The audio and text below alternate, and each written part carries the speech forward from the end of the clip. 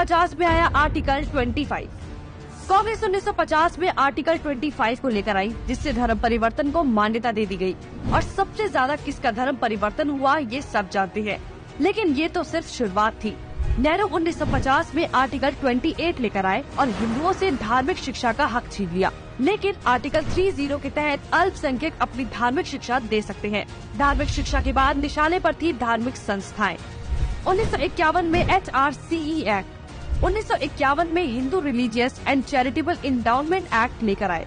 उन्होंने कारण दिया कि बड़े मंदिरों का रखरखाव सही से हो सके, लेकिन इसकी आड़ में कब्जे कर लिए, जिसके तहत भारत में मौजूद बड़े बड़े मंदिरों का प्रबंध सरकार ने अपने हाथों में ले लिया और मनमाने ढंग से इनकी संपत्ति का दुरुपयोग किया। और ये सिर्फ हिंदुओं के मंदिर पर लागू था, बाकी धर्मों या धार्मिक स्थल पर लागू नहीं था। 1956 में हिंदू कोड बिल आया। 1956 में नेहरू सरकार हिंदू कोड बिल लेकर आई, लेकिन अल्पसंख्यकों के लिए इन्होंने पर्सनल लॉ बोर्ड को बिल्कुल हाथ नहीं लगाया।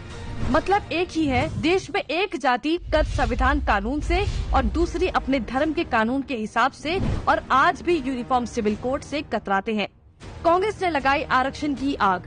कांग्रेस आरक्षण लेकर आई, जिससे हिंदुओं को बांटने का काम किया गया, जिससे सबसे बड़ा नुकसान हिंदुओं को हुआ। आरक्षण की देश में जरूरत थी, लेकिन मक्कार कांग्रेसी इस योजना को 10 साल लागू करने की बजाय इसे बढ़ाते चले गए और न ही इससे लोगों को सशक्त बना पाए, जबकि लोगों को इसकी लत लगा दी गई। इंदिरा का कार्यकाल। साल 1976 में इमरजेंसी के दौरान ही इंदिरा ने संविधान में सेक्युलर शब्द को जबरदस्ती घुसा दिया, जिसको लेकर संसद में कोई चर्चा तक नहीं हुई। मतलब कि हिंदू बहुसंख्यक होते हुए भी भारत हिंदू देश नहीं कहलाया जा सकता, जबकि आप हमारे आसपास देखेंगे तो सभी मजहबी देश हैं, लेकिन हिंदुओं के लिए कोई देश नहीं बचा। इसके बाद हिंदुओं के कानूनी अधिकार और इतिहास निशाने पर थे। 1991 में पूजा स्थल कानून। 1991 में कांग्रेस ने पूजा स्थल कानून बनाया, जो बेहद हिंदू विरोधी कानून था, क्योंकि इस कानून के तहत हिंदू, सिख और जैन मुगलों के कब्जे से मंदिरों को छुड़ाने के लिए लड़ाई ही नहीं लड़ सकते। उनके पास दलील सुनने का कोई कानूनी अधिकार ही नहीं छोड़ा गया। हमने लाखों मंदिर और उनका इतिहास खो दिया।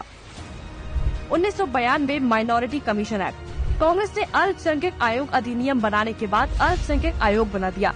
ऐसा करके कांग्रेस ने धर्म विशेष के लोगों को स्पेशल दर्जा तो दिया ही, हिंदुओं को बांट दिया, जिसके तहत सरकार की हर योजना का सबसे ज्यादा फायदा धर्म विशेष के लोगों को ही मिलता है, जिससे कांग्रेस ने सांप को भी मार दिया और लाठी को भी नहीं टूटने दिया।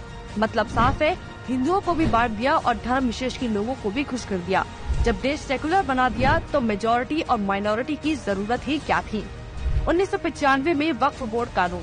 1995 में वक्फ बोर्ड कानून बनाकर कांग्रेस ने एक और महापाप किया। वक्फ बोर्ड को असीमित शक्ति दे दी गई। आज स्थिति ये है कि वक्फ बोर्ड किसी भी संपत्ति पर दावा कर दे तो कोर्ट से भी कोई मदद नहीं मिलेगी।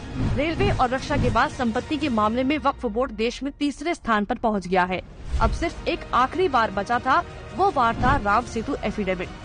राम सेतु एफिडेविट बनाया। हिंदुओं ने फिर 2004 में कांग्रेस को चुन लिया, तो कांग्रेस ने इसका इनाम देते हुए राम सेतु एफिडेविट बनाया और भगवान श्री राम के अस्तित्व को ही नकार दिया और काल्पनिक बताया।